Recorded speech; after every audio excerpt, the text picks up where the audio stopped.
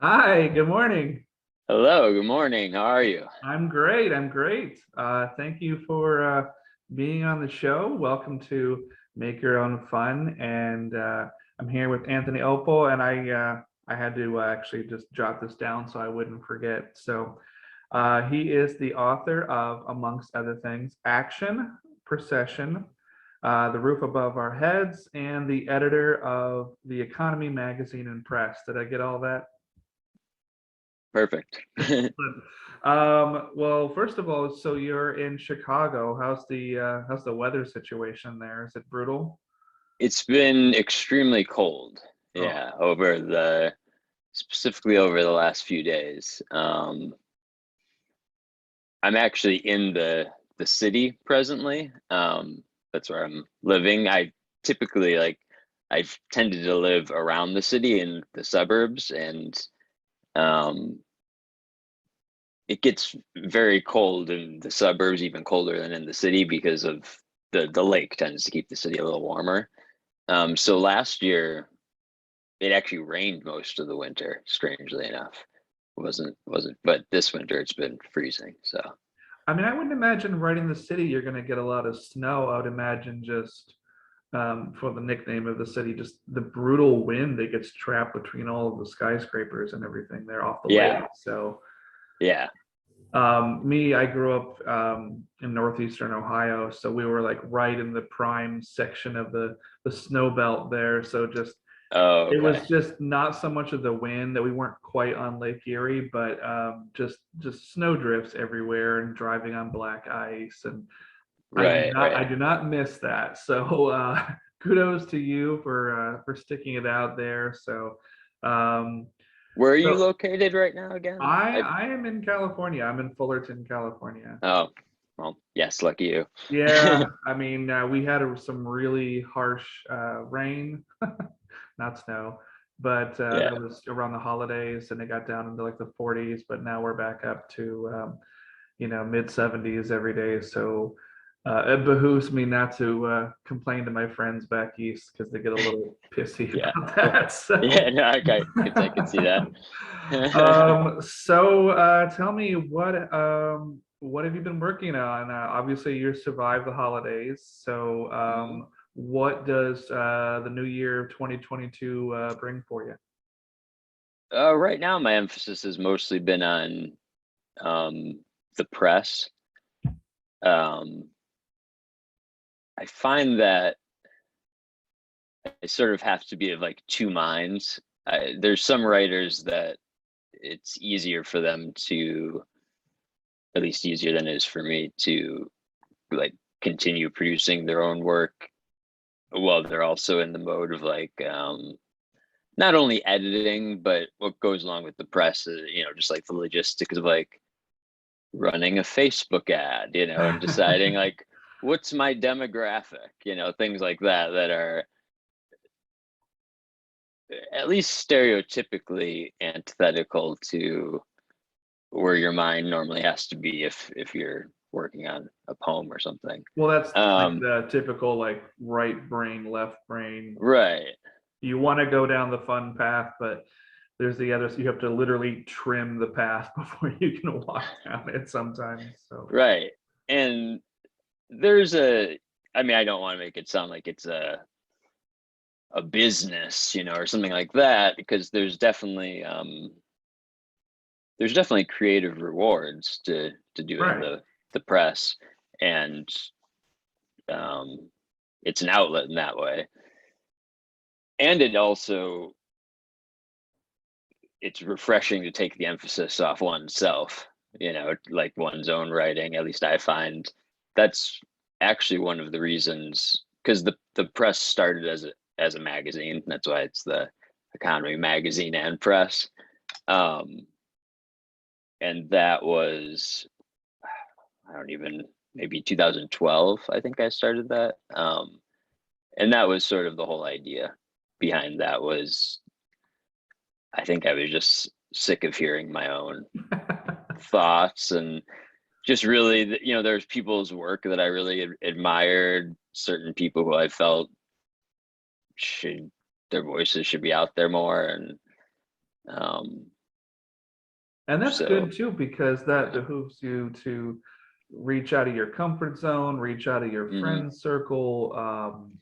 It's kind of like something similar that I've done with the podcast. It's just yeah, throwing a line out there, seeing if people are interested, seeing what other people in other cities are working on. And one of the benefits of the horrible situation of the last 2 years is through Zoom and phone calls and things, we've had to just, from our living rooms, reach out into the larger world because we're mhm, stuck inside. We can't just go for a jog, or even, sometimes going to the cinema or the grocery store sometimes is a little sketchy.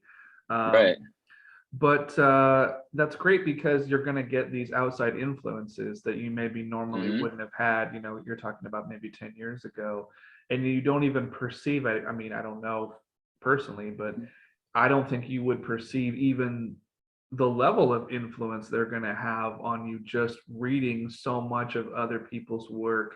And mhm, like I said, reaching out to areas and to different cities and different people that you mhm. normally probably wouldn't even come into contact with.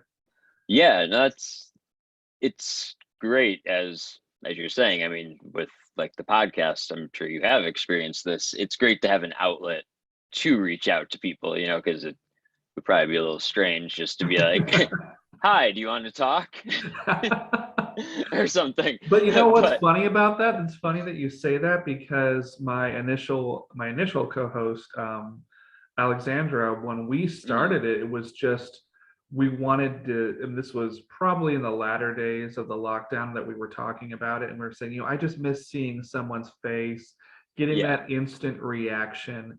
And then we just realized we have a lot of funny stories to tell. And then after a while, that kind of just dovetailed into like, well, let's talk to other people and see what they're working on. And, people are making music and doing all these other, yeah. which brings up another, and I'm sure you've heard this so many times, but we can skim through it if you want. But were you able to kind of morph or contort your lockdown experience from a year and a half ago into, creative projects? Or were you like a lot of people that are just in your pajamas, drinking wine, boxed wine, and watching Netflix? Right.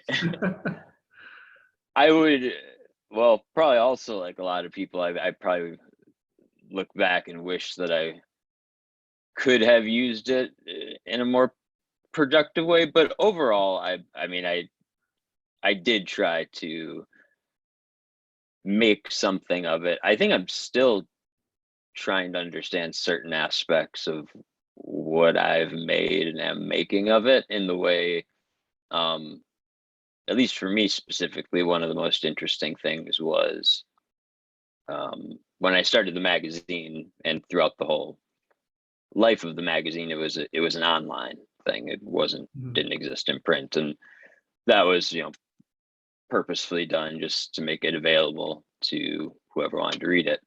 Um, and with there's something, and this is the part that I'm very interested in, but I don't think I have an answer to it yet. There's something when I decided I wanted to revisit editing, I guess. I guess I always assumed it would just be restarting the magazine. But there's something about the pandemic and a physical object, because now with the press, it's everything is physical, nothing's online except for like little previews so you know what you're buying. Yeah. But there's it, as far as I could tell, it probably has something to do with what you're saying about like that desire, that like visceral desire to like see someone's face, or something like that. It's like not to be weird and be like to reach out and touch people or something, but Well, like to yeah, hold yeah, to hold a basically. book, like you want to actually like eh, because during the pandemic, I guess.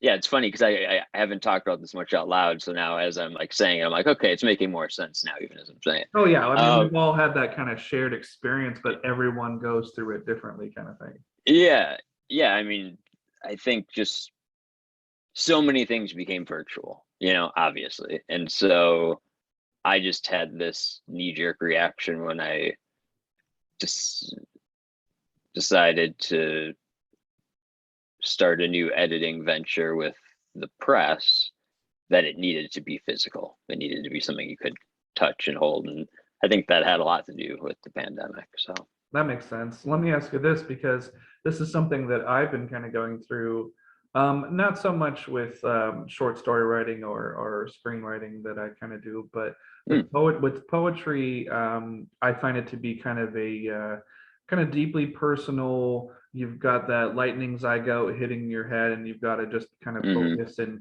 scribble whatever kind of rough draft on a napkin or something you can. yeah. But I really feel like in the last maybe year and a half, I haven't written as much, like the volume of poetry.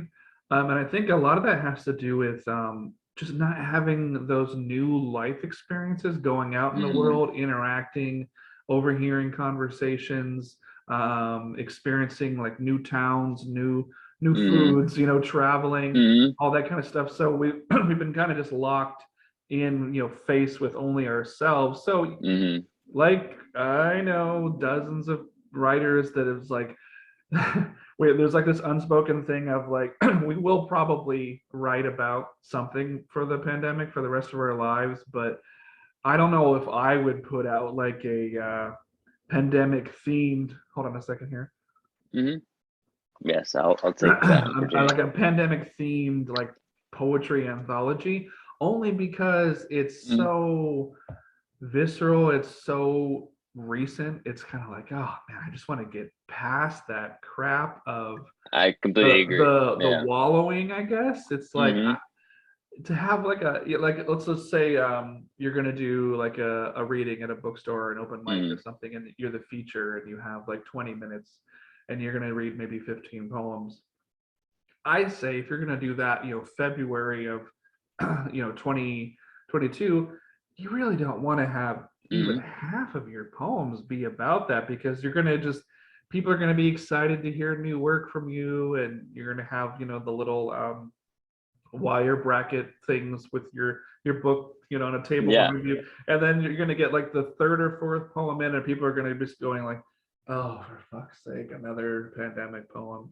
Whereas like if you were doing a Zoom open mic maybe a year ago, people would be you'd have a captivated audience. People would be like, oh, tell us more about your pajama experience on the couch. But now it's, I mean, do you feel that too, where it's kind of, there's this mass moment of kind of like, let's just get past that. No, I not because I mean, I know I can't say I've actually read one, but I've seen like some pandemic anthologies, and I'm sure they have some insightful work in them, but I tend to agree with what you're saying. I'm just not drawn. Nothing I've written has been at least directly about the pandemic. Like you said, I mean, it's impossible to see all the ways it's, and maybe that's also why I'm not drawn to even, I almost feel like it's the sort of thing that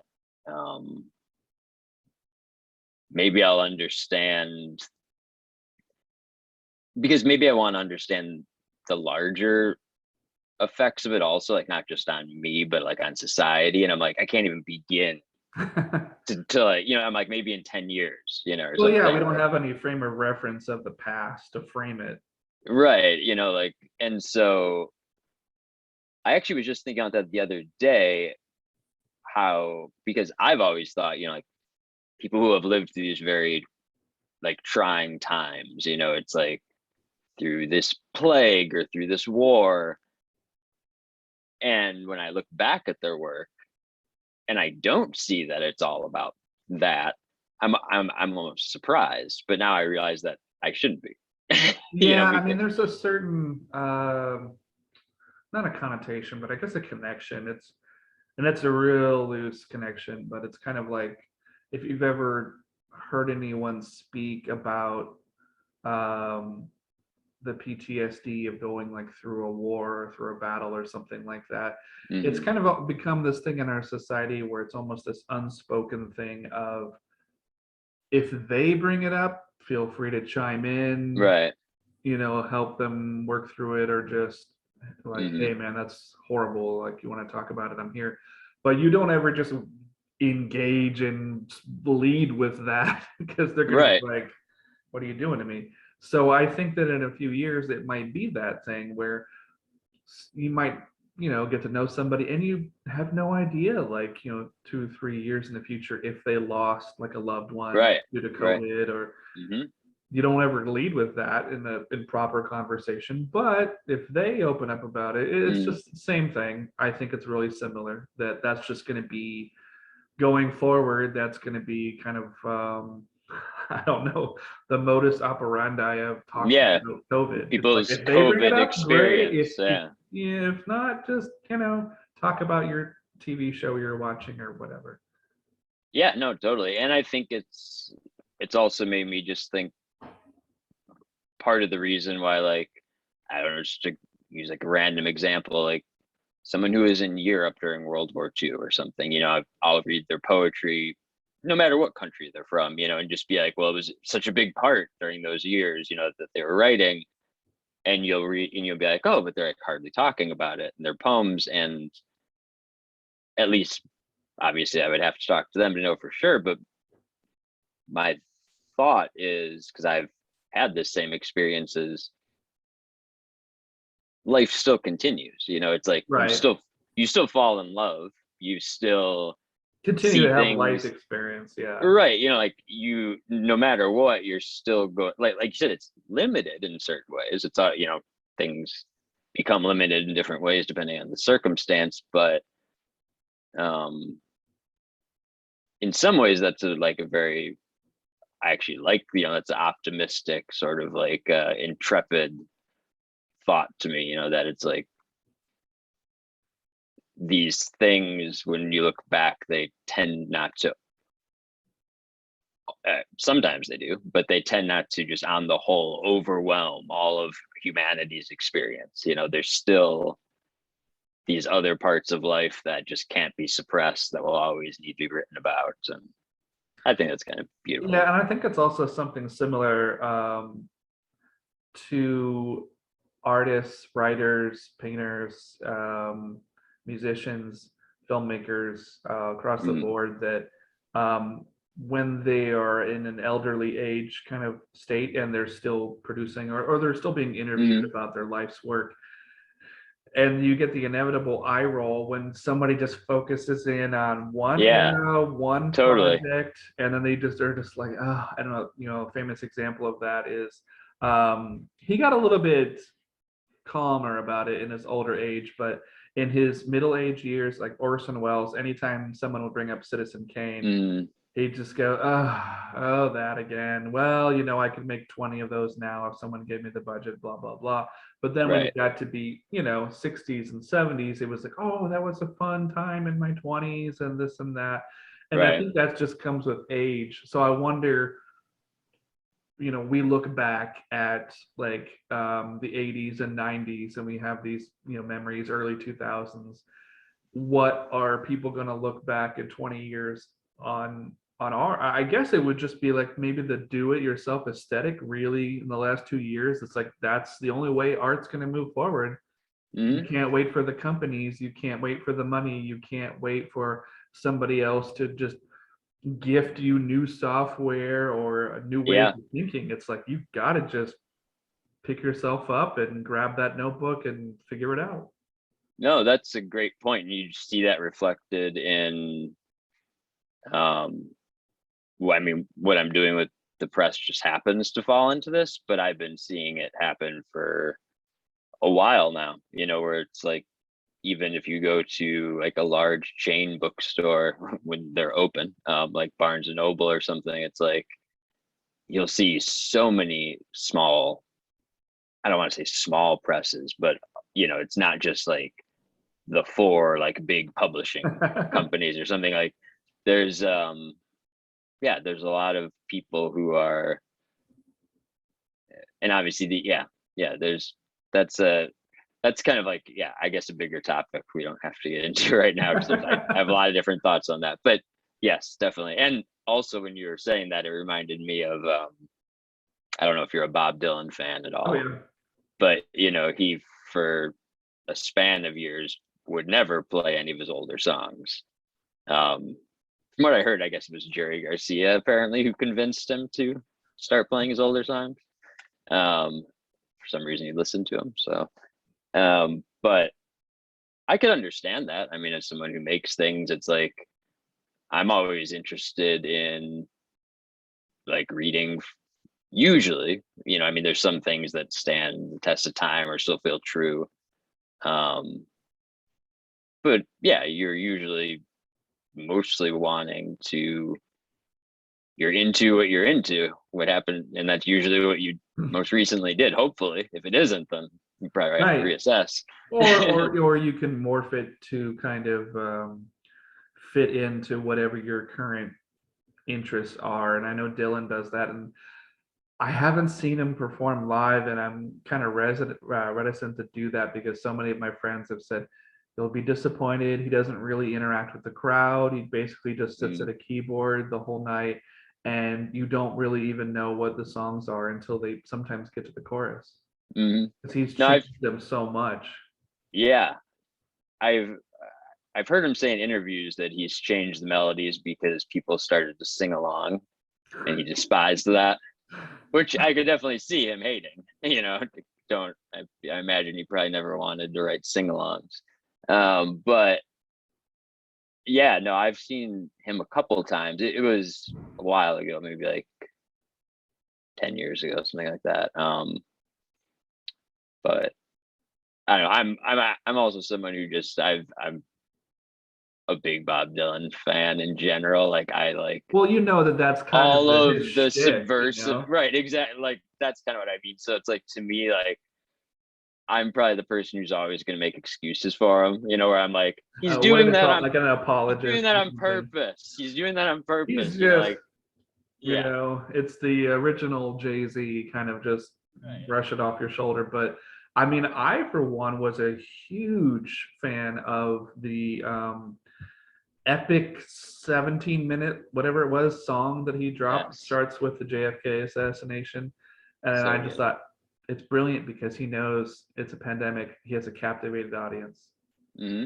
Yeah, no, totally. And it had in at least the way I perceived it, a very poetic way of kind of addressing the pandemic without ever talking about it. Just you know, the world in one sense in the song. I mean, it's just talking about where his personal world like fell apart. Like he's often talked about JFK's assassination as something that really like changed his worldview. But I also love how like the second half of the song, which I know some people either love or hate this, where it's basically he just like lists names of songs and artists, and he's saying play this, play that, play this, play that. And I I took or I take that as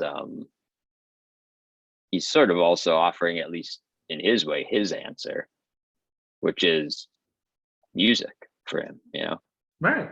and that's why he's asking, play this song, play that song. Well, I think that's true because in times of crisis, not so much a world crisis, but emotional apocalypses that we all go through, whether it's breakups or relatives passing away or friends getting in car accidents or something, we, it, even in the car or wherever, we just instinctively reach for the Mm-hmm.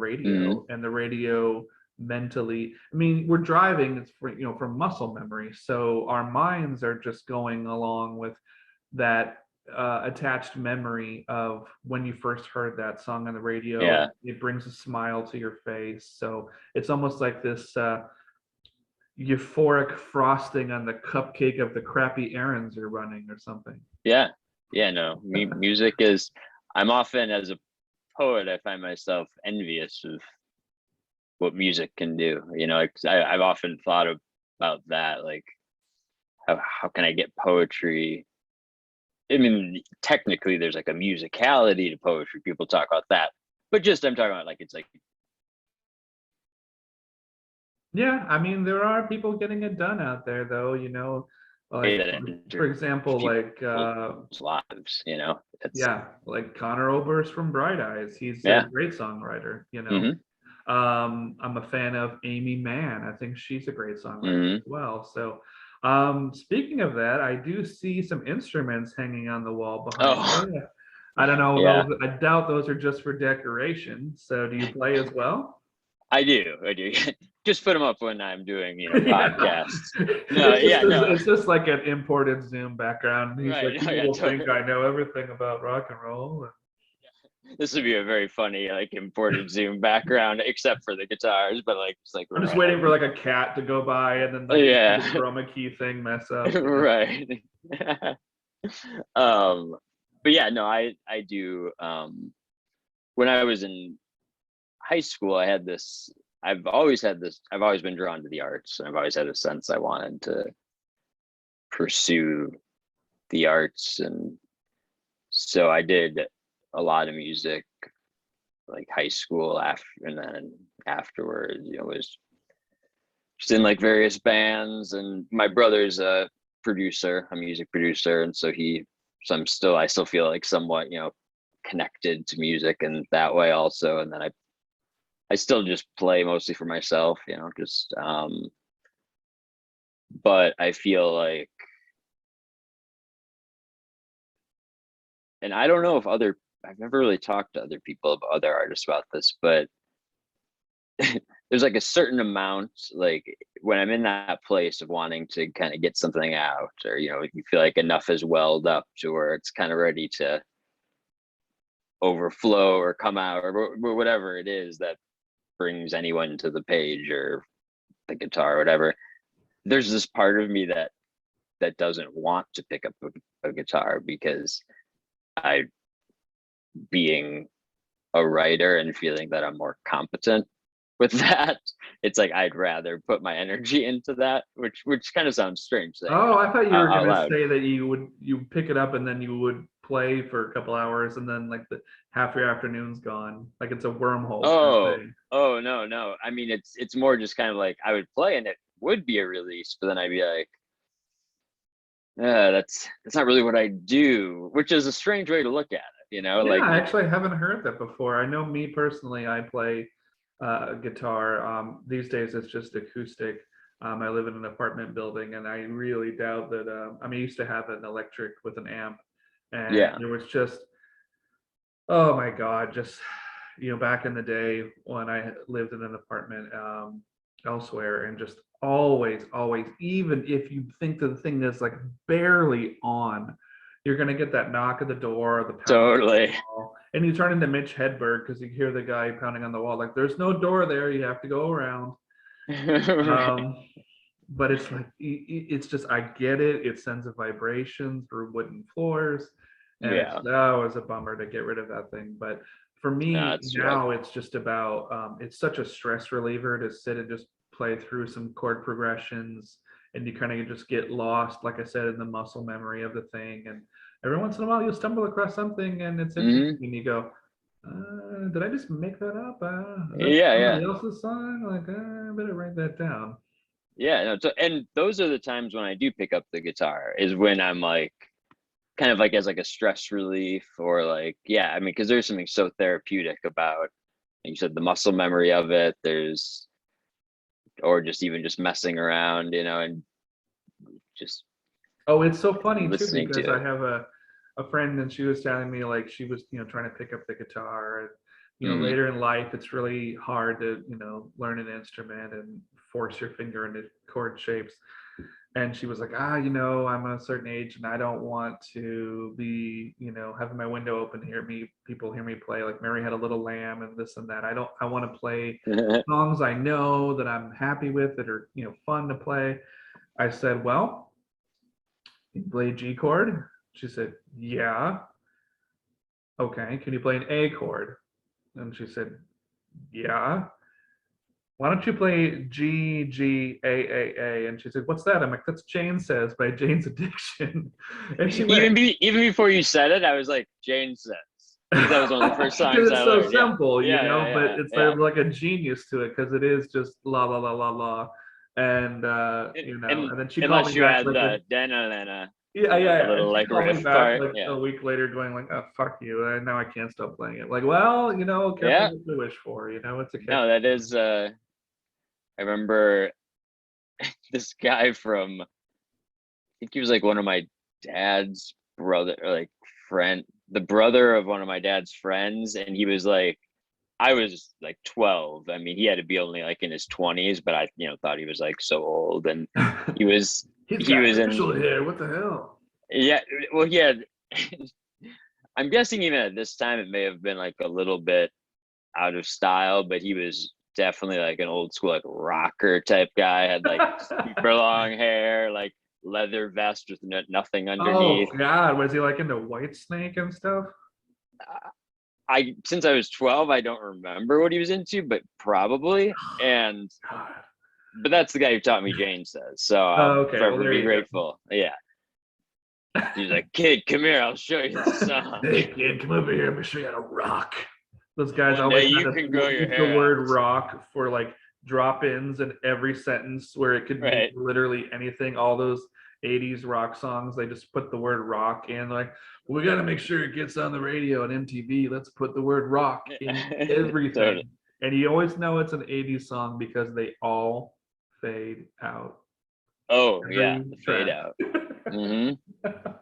Yeah, that's, well, my brother being a music producer, it's something we've talked about, is the fade out, how it's such an interesting choice. I mean, I haven't like researched the history of it, but I mean, back in the 50s and 60s, they also had fade outs that were like super fast. Like even if you listen to some No, old no, Beatles no, songs, it's no, just it's like just over, yeah. and it's just like, why not just have them just actually just do end the song? And I'm a Um, fan of that too. I'm a fan of, if you have I mean, that's just me personally. If you have a bold, just kind of punch you in the face, kind of really quick amp up to an intro of a song, you should mhm, have a really quick amp up and outro to the song. mhm. Yeah, I mean, to me, the only reason to really effectively use a fade out music would be as if you really wanted to give this impression that it just keeps going. And then you'd probably want to use a long fade out. Right. But just to use it kind of as an excuse. But honestly, I think a lot of it, go back at least to the 50s or 60s, they were all obviously not individually tracking things or playing live. Right. And so they probably just got the good, and it was a good way to like, if someone screwed up on the outro or something, it's like, okay, we'll keep the take and just fade it out there. Yeah, We're fade it good to out go. because we have to have a lot of lead time for the reel to cut it, to physically cut it. Right, right. Yeah, no, exactly. Yeah, right. Yeah. That still Uh, amazes me how they would edit things like that. That's but it makes me sad in a way that there is something lost to 4 or 5 people in a room just playing, because mm-hmm. everything is so lazy now with Pro Tools and Mm-hmm. all the editing software. Not that that's not a great thing for certain kinds of music. I mean, obviously, with something like what Trent Reznor does, Mm-hmm. you want to drop things in and you want to edit things together, and that's just how he does his sample loops and things like that. That's Right. great. But for something like the band, Right. Right. excuse me. Ooh. No, I agree with that. That's again something my brother and I talk about a lot when we talk about music, is it's I mean, you can break it down into, like, I guess, specific language, but there's also a part of it that's just unspeakable, that there's always going to be a different energy when people are playing with each other, opposed to tracking things separately. Um, Yeah.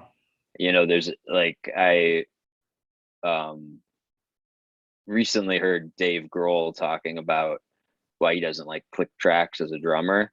And um he was saying, because like in his mind, a good drummer will always like uh speed up the BPM of the song just like one or two during the chorus naturally, and a click track actually holds the drummer back from doing that, which gives it almost this sort of like we're building, and then like it gets louder, but the energy doesn't quite rise.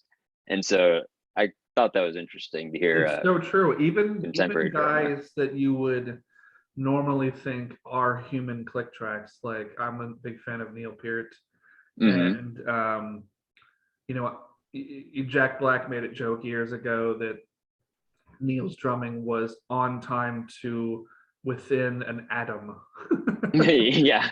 I Yeah. mean, you just listen to him. It literally does sound. It's prog rock. It's very mechanical. Mm-hmm. But what you're saying is true because even with one of their more famous songs, like Tom Sawyer, it does ever so slightly in the Mm-hmm. last fourth of the song, the last minute or so, really amp up and not really speed up, but I also Mm-hmm. the ferocity of the fills, Yeah.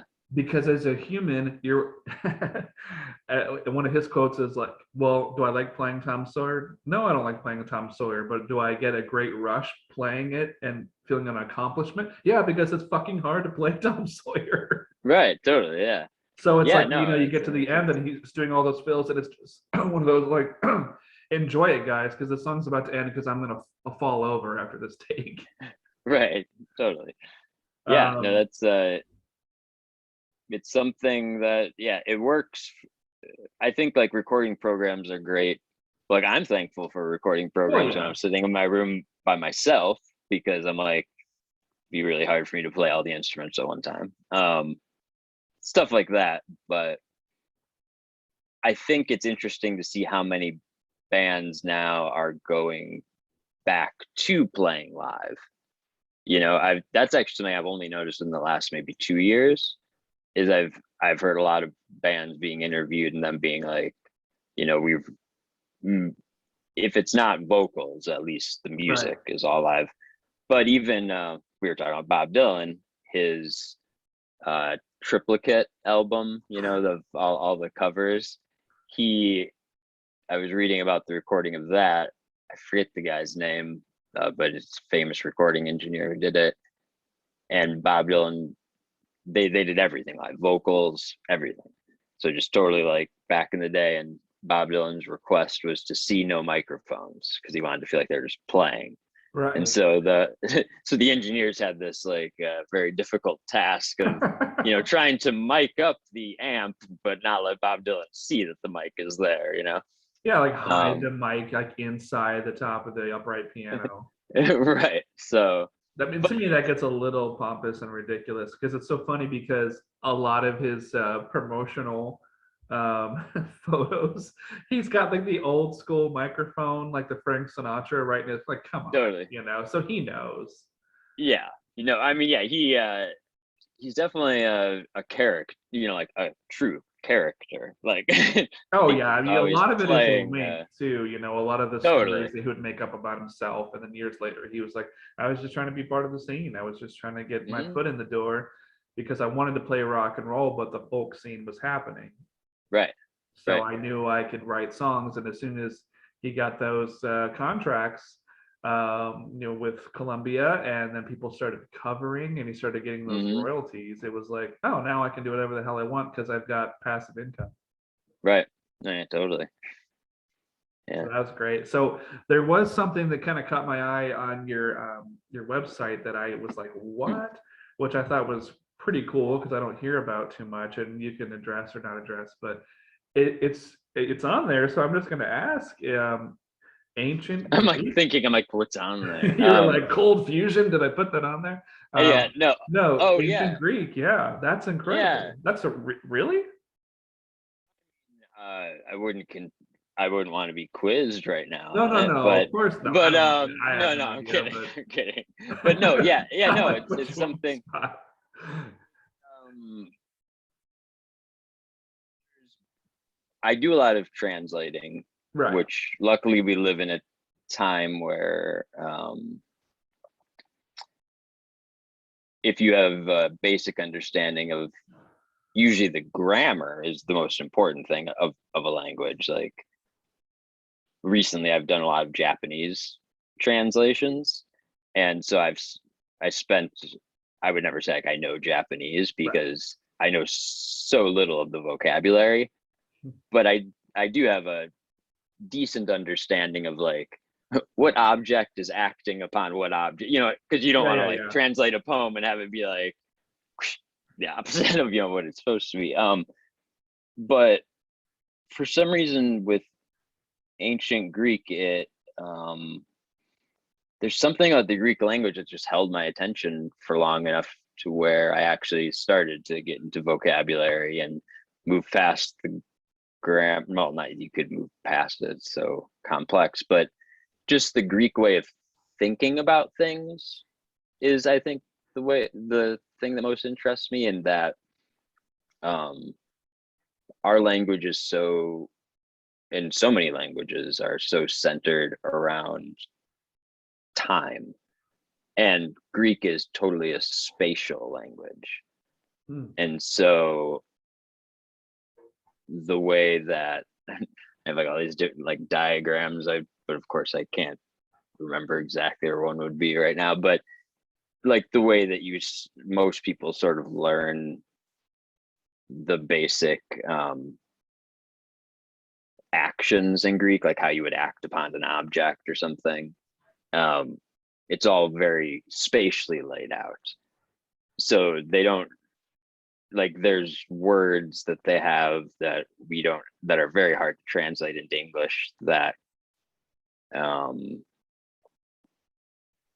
since it's spatial, have to do with sort of like starting in a corner and radiating out throughout, Hmm. like, Okay. Yeah. and so we want to right away think about it in terms of, okay, but how does that work as far as time?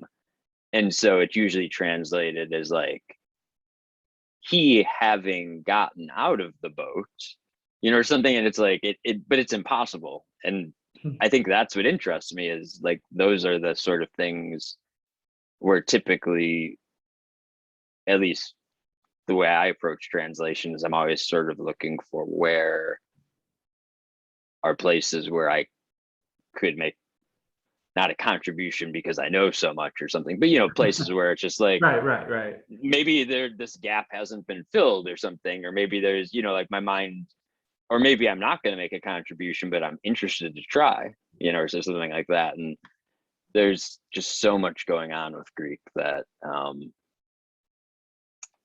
yeah, I just, for whatever reason, I found it interesting enough to stick with. I am kind of curious. So, is there any way that ancient languages, there's a foothold to be had in the same way, let's say that Spanish, there is a little bit similar to Italian, like there's a way into it maybe that normally, Yeah, since something that's that far in the past, well, there has to be a way into it with modern Greek or other languages. yeah.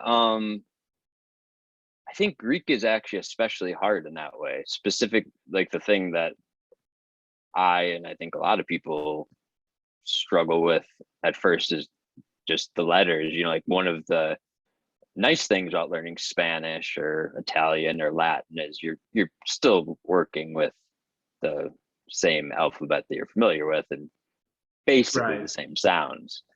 Um, Greek is pretty, almost kind of like how Russian, would be, or like a Cyrillic language, where like so maybe the answer is no, there's not an easy way into it, really. There's Okay. and maybe that's another thing that's interesting about it to me, because I'm also interested in Russian in that way, and it's very foreign. Right, Um, right. Yeah, completely alien. Let me it ask you is, this, yeah. because that also begs the question, um, the further back we go in learning about the cultures and learning about languages, it's just really interesting. So you've gone however far back and learning that dialect, Mhm. that language. How much of a hop, skip, and a jump, he said jokingly, to go back to like ancient Sumerian, which is much, much farther, because I Yeah. mean, I don't even know how you would say Sumerian, other because people say it would be so similar to yelling, grunts, and moans. Because Yeah. the step previous would be like, I don't know, cavemen? I don't know. Yeah. Well, and that's actually, I mean, and I'm certainly no expert. I just know enough to say that that's like a hotly debated thing, is like, as you start to go farther and farther back, you get into like the conversation of, first language, and sort of, because, there's like this tree, obviously, of languages, and they all kind of go back, and you have Right. like, no one really knows what the trunk is. No. And so there's been people who have posited all sorts of ideas. But I actually have some books. I don't know Sumerian at all. But I have some books where it's transcribed. So, you could speak it if you want and hear it. And it doesn't, at least it doesn't strike me as I don't know what it's saying, but it strikes me as just like listening to a language you don't know. It's not, there's nothing, I guess, overly, to my ear, like overly different about it that way. But there was something in your original question though that I feel like I'm not answering. What was Well, we've kind of what was gone the off on tangents, both of us. So to kind me of probably reel it more? back, I guess I think I was asking something like, I was saying like Hop, jokingly, a skip, hop, and a skip, and a jump. jump. So from where you're at with ancient Greek, Oh, right. going further back, is it a little bit easier then to kind of understand the line Mm, of thinking and how language was just simpler and simpler and simpler as we're going back? Because I'm saying kind of like with Sumerian, from, I don't know it, but people are mm. saying it's kind of like German is very like harsh and abrupt, and Yeah, you yeah, know yeah. pound you in a submission. And so going further back, it would be, you would think, would be more like that, to the point where every other person's name is Ugg. I don't know. Right. No, yeah, what I could say from ancient Greek is, it really just depends on the language, because I would definitely make the case that ancient Greek, even though it is ancient, is far more complex and far more able to communicate certain ideas than certain contemporary languages. Even then, like I said, even English, like they have way more verb forms than we Right. do. But then there are certain languages that exist today that it would be it's very difficult to describe the attributes of something, because, and that, all those discussions, you start to get into like anthropology, and the way that it tells you more about what the culture values, Right. because it's usually typically not a problem for the people who speak it, that otherwise they would make words for it. It's the fact that, for you, usually then when you look into it, you're like, and I'm just using this example, I don't know if this is really even true of a language, but if a language doesn't have a ton of descriptor words, then probably it tells you less about the language and more about what that culture, for some reason, they don't have a need or a desire to describe things in the way that we think of as descriptive.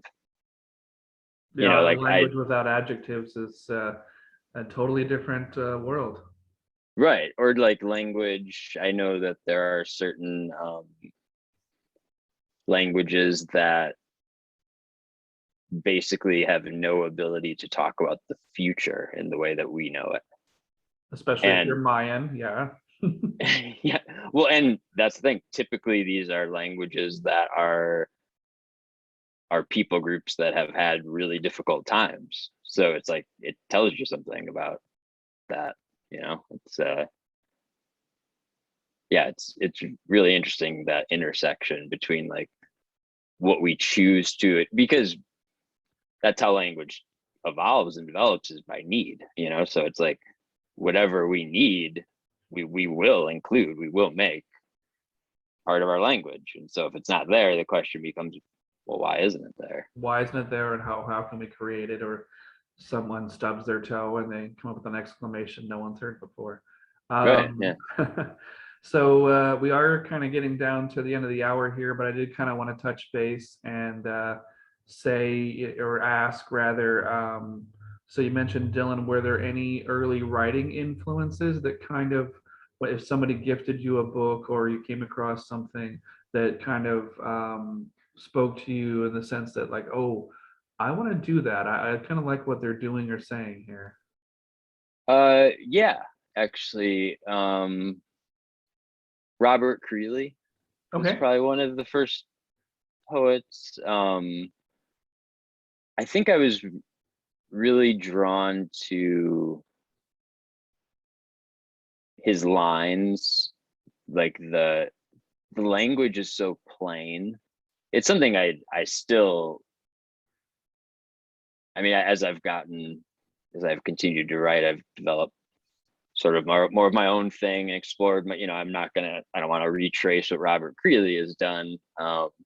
Even though when I was a younger poet, I did, it's part of learning your own voice. But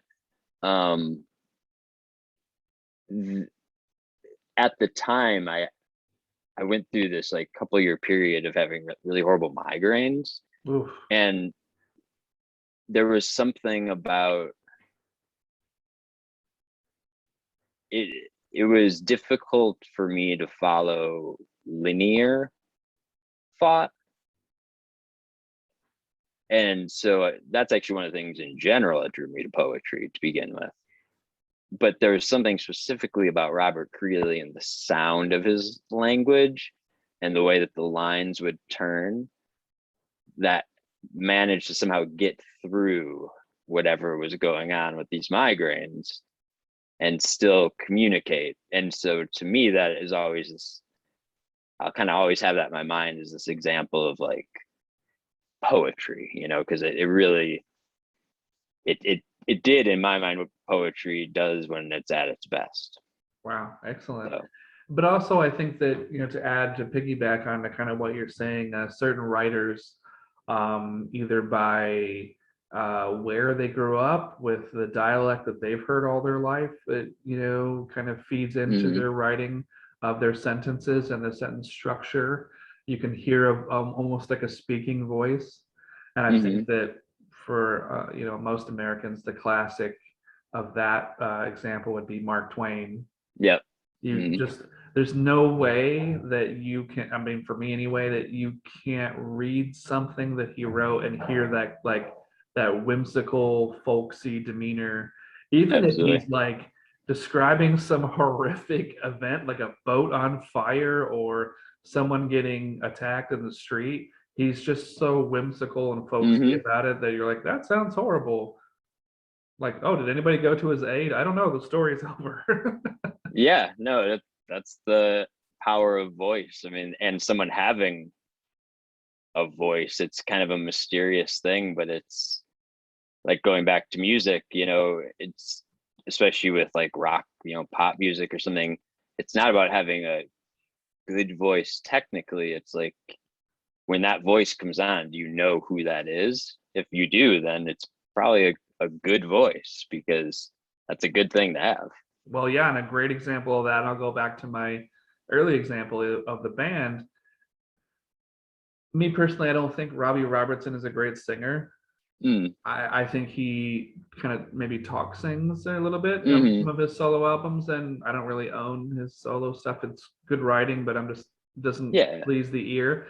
But during the band days, he was a master of knowing which guy sings which song in which way, and he kind of cast the singer for the song. And you wouldn't picture anybody else but Levon Helm singing The Wait or The Night They Drove Old Dixie Down.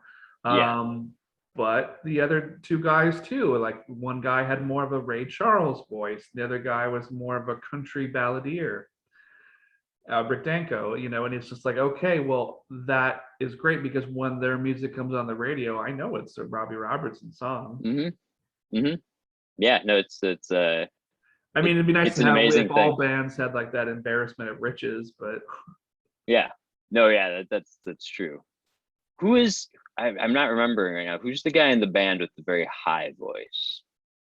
High voice. Because I'm picturing like a cover Maybe of, Rick is it Danko, probably? Yeah, because okay. Levon is he's Yeah, the no, only not yeah. Southern guy in the band, No, hey, yeah, no, him I and definitely then know. I Richard recognize his voice. Manuel was more of the Ray Charles R&B Right. balladeer Okay. kind of guy. Yeah. I think I'm thinking of like a cover of When I Paint My Masterpiece or something with a pretty Yeah, so high that one I voice. think was Levon Oh, and really? Okay. then Rick, I think. Okay. But I Interesting. mean, you can always, Hmm. if they're a great singer, they can rise to the occasion and kind of do Yeah. whatever. But it's Yeah. so Yeah. funny because the opposite side of that technical proficiency, which I can't, I used to be into, and now I can't get into. Like, I can't listen to something like, God, what is that Danish guitar player guy, Yngwie Malmsteen, who's doing Yeah. these amazing jazz and classical things on his guitar, and then after 30 seconds, I'm like, oh my God, this song's gonna go on for 11 minutes and there's no vocal. No, totally. Yeah, there has to be like There has to be that some kind of stuff is, soul element to connect you to hmm the music. Otherwise, you're just like, oh, look at the time. I don't even have a watch.